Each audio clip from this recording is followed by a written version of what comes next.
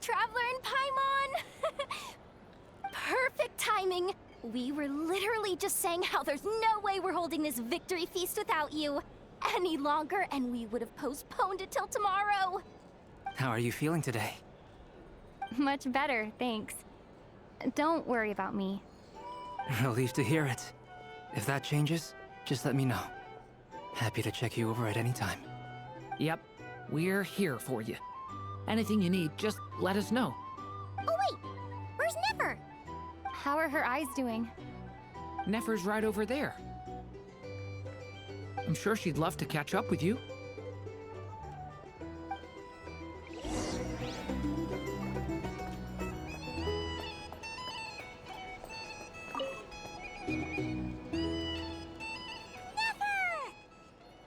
Traveler, Paimon, are you recovering well? Turns out that moon chanter has some real talent after all. My eyes were mostly recovered after just a couple days rest. I can actually open them again now. Yeah, but you gotta be careful. Lauma says not to strain your eyes while they're still healing. Yes, thank you. I'm well aware. Yehoda, could I borrow you for a moment? I could do with an extra pair of hands. Oh, sure. Coming. Did you hear that? I gotta go help Lauma for a second. You guys chat among yourselves. I'll grab us some drinks on the way back. Paimon, you still like them sweet? You bet! Make it extra sweet, because Paimon's earned it! Sure thing!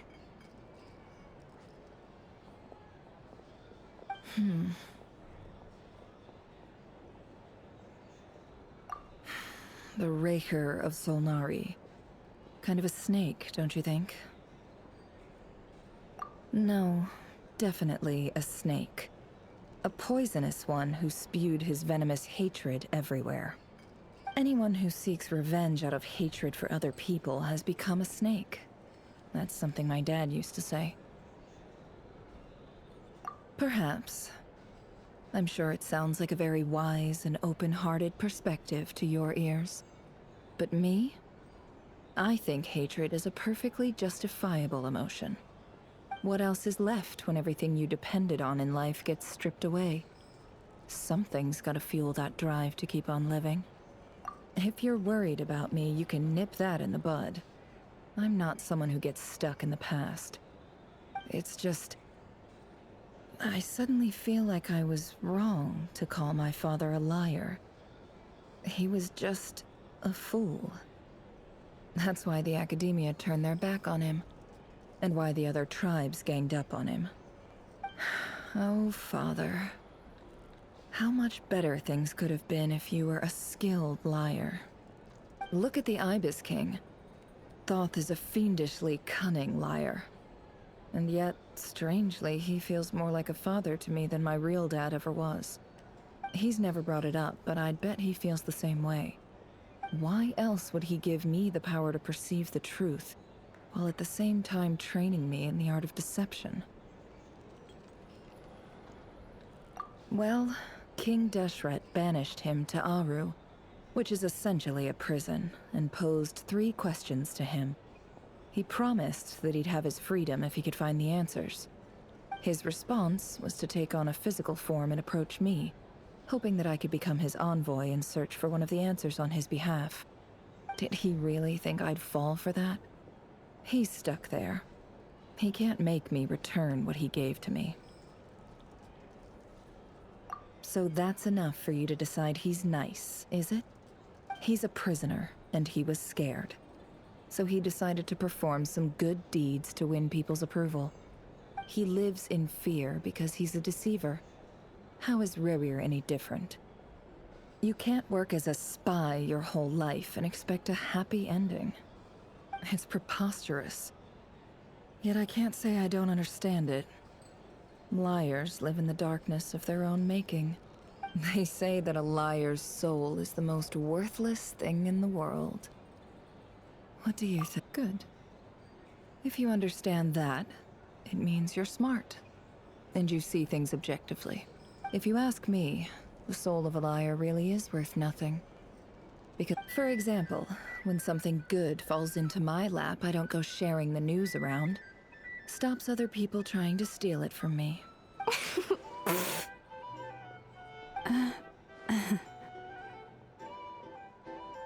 So be it. They have sharp ears. I can't keep anything from them.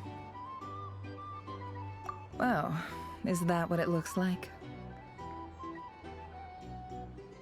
Well, you all know my past now, and I can't simply eliminate everyone who knows too much. So I guess I just have to put up with you. For the foreseeable future, at least.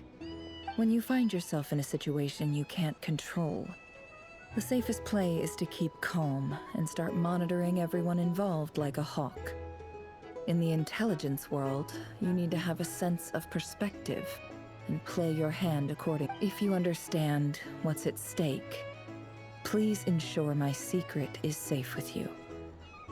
I trust you'll respect my wishes as a friend. But don't forget, I will also be watching you like a hawk. Very good. Oh, wait! Now that the panic's over and we've all calmed down, Paimon suddenly remembered something. After all that build-up, our mystery ally never showed up even once.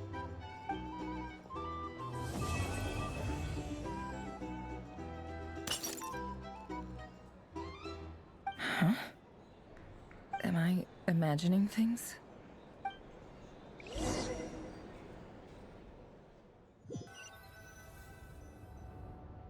So, that close colleague who stayed behind with you? What's he been up to recently? Don't know, don't care. I get more normal human interaction from hanging out with Bosco too than him. Although, now you mention it, he hasn't bothered me in a while. I wonder if... If he's disappeared without a trace, it's the biggest gift he ever gave to the world. But I somehow doubt that's what's going on. He won't lie low forever, so we'd better stay on guard.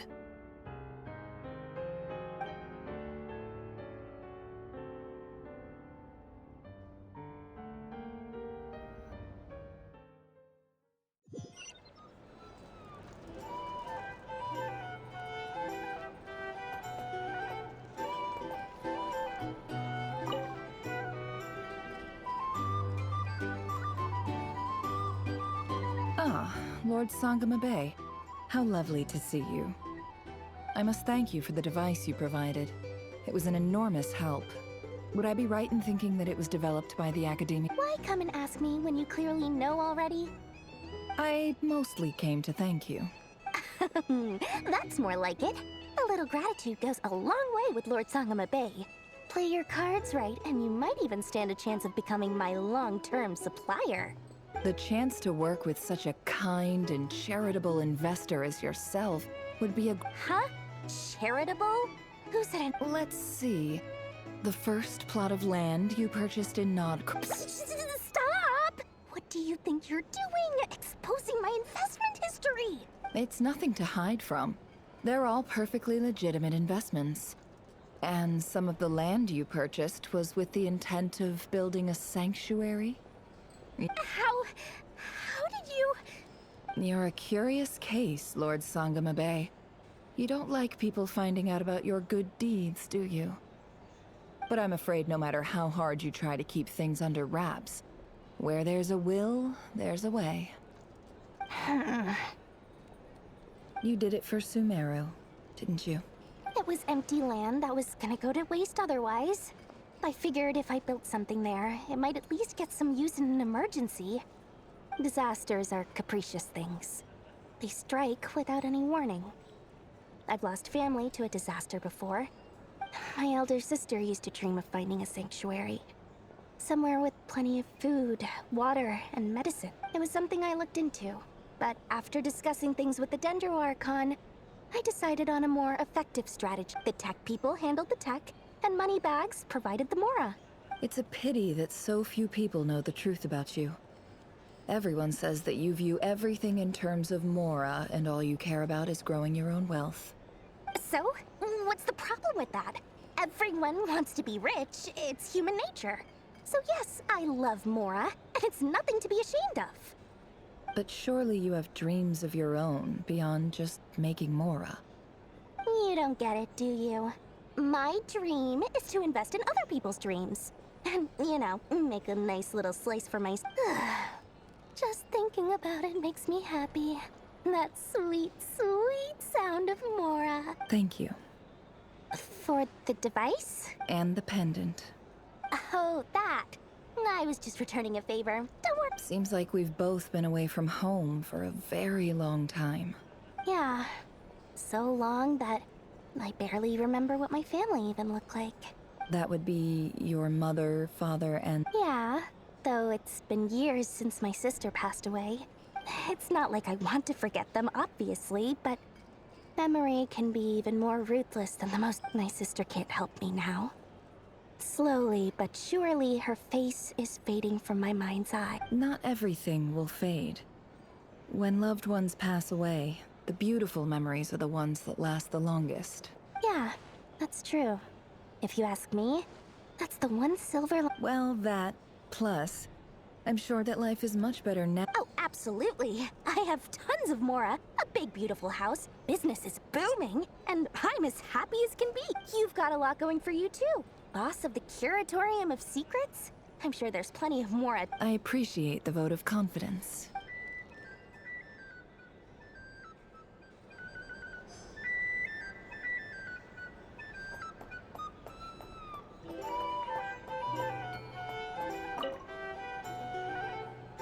How have you been holding up? Any adverse reactions? If you start to take a turn for the worse... You don't need to worry about me, Grandmaster. I'm fine. I mean, I barely did. What? You played an indispensable role in the battle for Nodcry. Sometimes, when people praise you, it's because you just... Let's do a quick demonstration. Albedo, that was an incredible feat of alchemy. Thank you. I can't take all the credit, though. See? Did you catch that? A masterclass in how to... Oh, okay. Yeah, I did work. Hey, you guys! Hey, look who's bounced back. Looking good, Traveler. Seems like you've recovered. You won't need to take any more medication. Can I get you a drink? Huh? You know how to order it? Handling a drinks order is ridiculously simple compared to Paimon believes it. Here, to be totally honest though, Paimon didn't quite follow. Don't worry, that's completely understandable. Unless you're a student of... To put it in the simplest terms, we saw how our enemy stole the power of Kuvaki. When facing an enemy you have no hope of defeating, it's best not to So, instead of looking for a way to overpower him, for this to work, we had to analyze his modes. For added security, we prepared a total of 4 arrays. The alchemical array absorbed that power enabled her... What surprised me was that given his history with Rerir, he had It must have been a painful... Absolutely. He was torn between 2 paths. Anyway, however you cut it.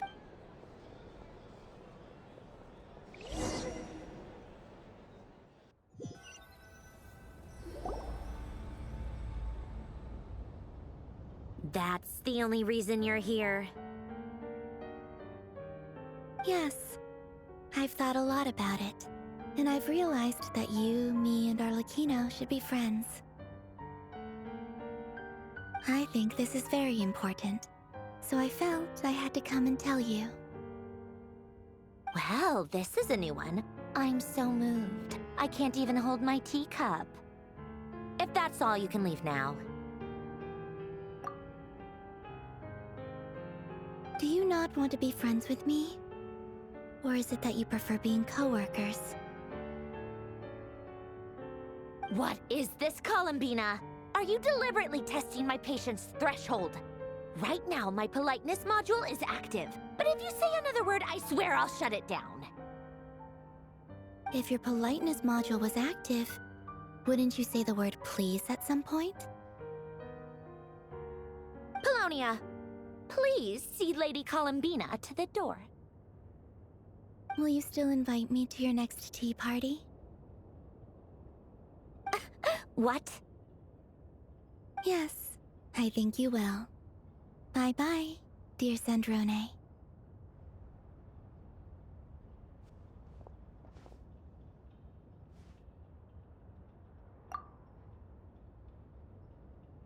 Last time, the Wild Hunt escorted you out. Would you rather I handled it myself this time? We just wanted to, see how you were doing now that it's all over. Why? Out of concern for my safety? I hope you didn't seriously think that the Rayhir of Silnari would be able to lay so much as a finger upon me, given how prepared I was. Mostly because you kind of helped us out, so we just wanted to check you were okay. Looks like all your robots are fixed, huh? Oh, don't you worry about that. Tea time is already a write-off. The visitor before you managed to kill my appetite. If you're in the mood for tea, go ahead and help yourself. Otherwise, it's going to waste. My coasters are still missing in action, though.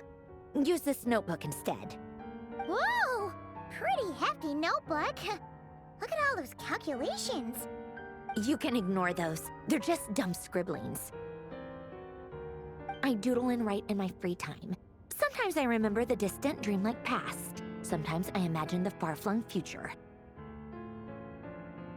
And other times, I grit my teeth and note down all the crazy nonsense going on in the present. Some people do the crosswords in the newspaper. This is my equivalent of that. Trying to predict the future is like daydreaming, and writing about the present just makes me furious. The past is my favorite. If nothing else, it's already set in stone, so I don't have to rack my brains trying to figure it all out. Huh. Although, having said that, the only vaguely interesting memory in my past is probably that guy they call Lord Artificer. Who else? Pretty much all the mecha and Fontaine are his personal handiwork. Wait, are you saying you know him? Like, personally? As a friend? I mean, I guess we were friendly enough. Yep. In fact, I'm probably the only normal person left who knew him at all. We used to chat occasionally back when he was still around. Before he passed away, he asked me to destroy all his manuscripts. I honored his request, but I did read through everything first before destroying them. I mean, I couldn't let the genius of Lord Artificer Alain Guillotin disappear like that.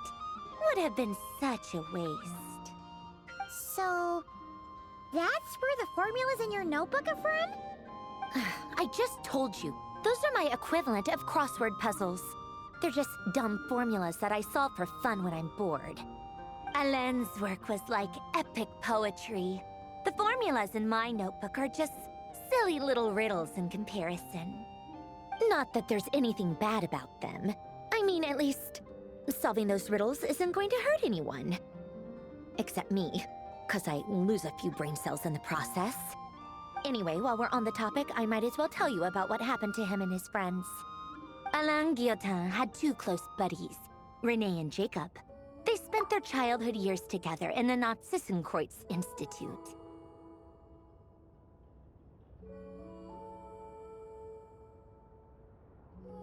They were all quite competitive, so there was some rivalry between them, but it was a friendly rivalry. But beneath the friendship and the rivalry ran something deeper, a sense of nostalgia for the past. Unfortunately, childhood would end, the prophecy would come true, the apocalypse would arrive, and the future would never be. A mad dream that would normally only capture the minds of lunatics began to take root in their hearts. A dream of saving the world. And if Renee and Alain had been people of lesser wits, that dream would probably have ended up as something for them to joke about in their older years. But alas, they were some of the sharpest minds around. They nurtured that dream with the full power of their intellect, and it grew into something that ate away at their souls. The first of them to fall under its spell was Renee. Against Alain's wishes, he persisted in experimenting on a mutual friend of theirs to try and save their life. Alain did not approve and parted ways with Renee. It's complicated. Alain wanted to believe that Renee only did what he did for the sake of their friendship. But when he told me about what happened, I could tell he still had some suspicions about Renee's motives. Perhaps the seed that would grow into a nightmare had already sprouted in Renee's mind. Even then. The next time they met, Renee's soul had been completely engulfed by the dream of salvation. His futile attempt to change the tide of fate only resulted in a wave that swallowed up the world, even before the apocalypse came. And although that wave died down eventually, I hear that it just recently came back with a vengeance.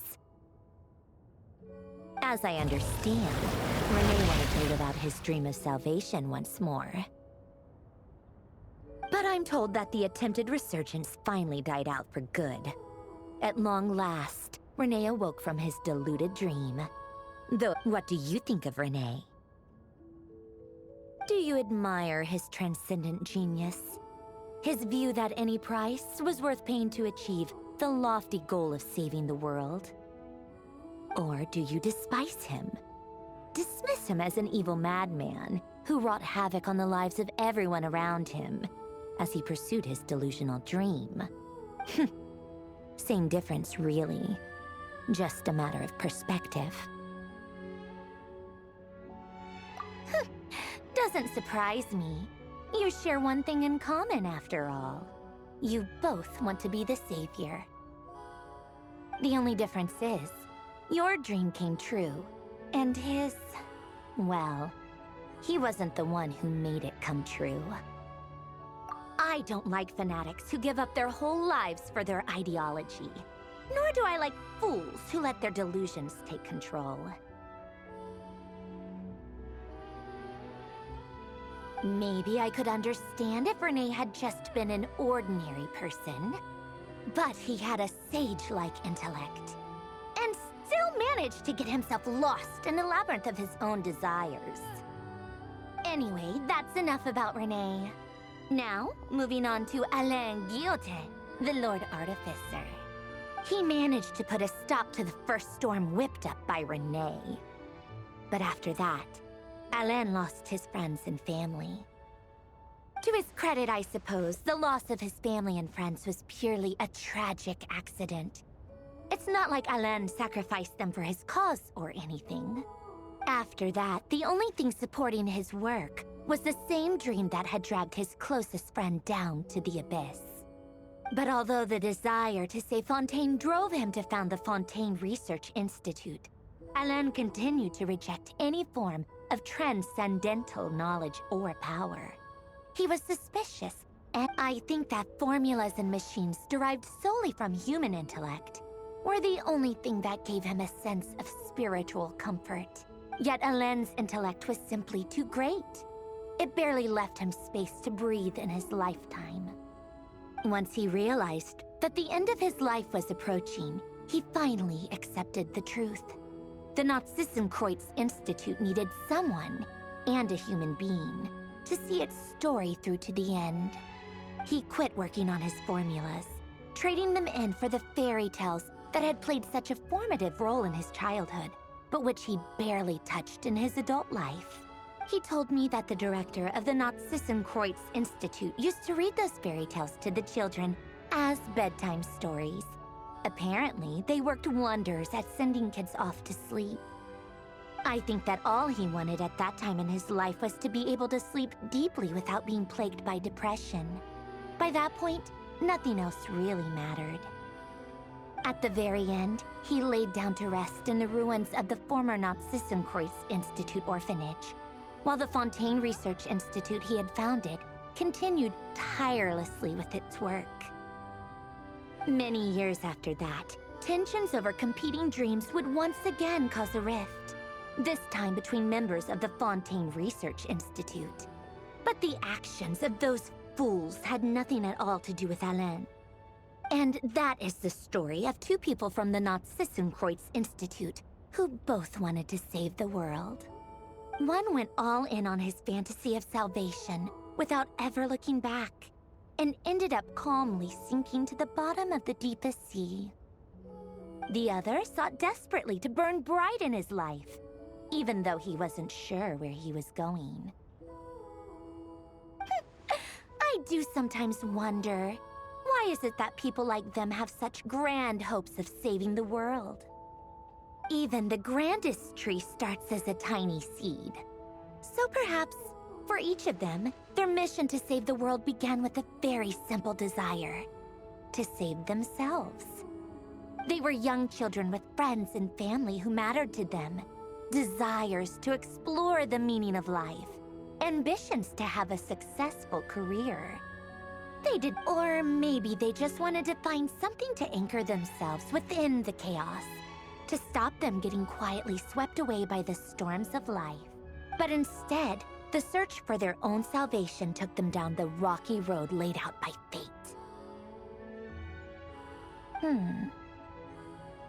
Do you think the desire to save oneself is enough of a justification to try and save the world?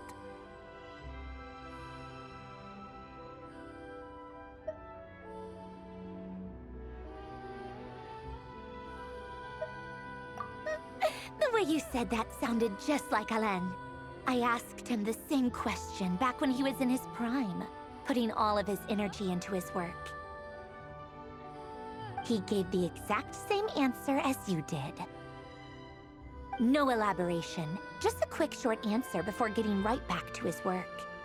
He was always that way. All right, tea time's over. I owe Arlecchino a favor for telling me these stories. I'll have to bring a whole sack of gifts the next time I visit the House of the Hearth. I'm gonna go tinker with Polonia now. You guys can do whatever you want, as long as it doesn't involve interrupting me. Polonia, exit hibernation mode. Begin diagnostics.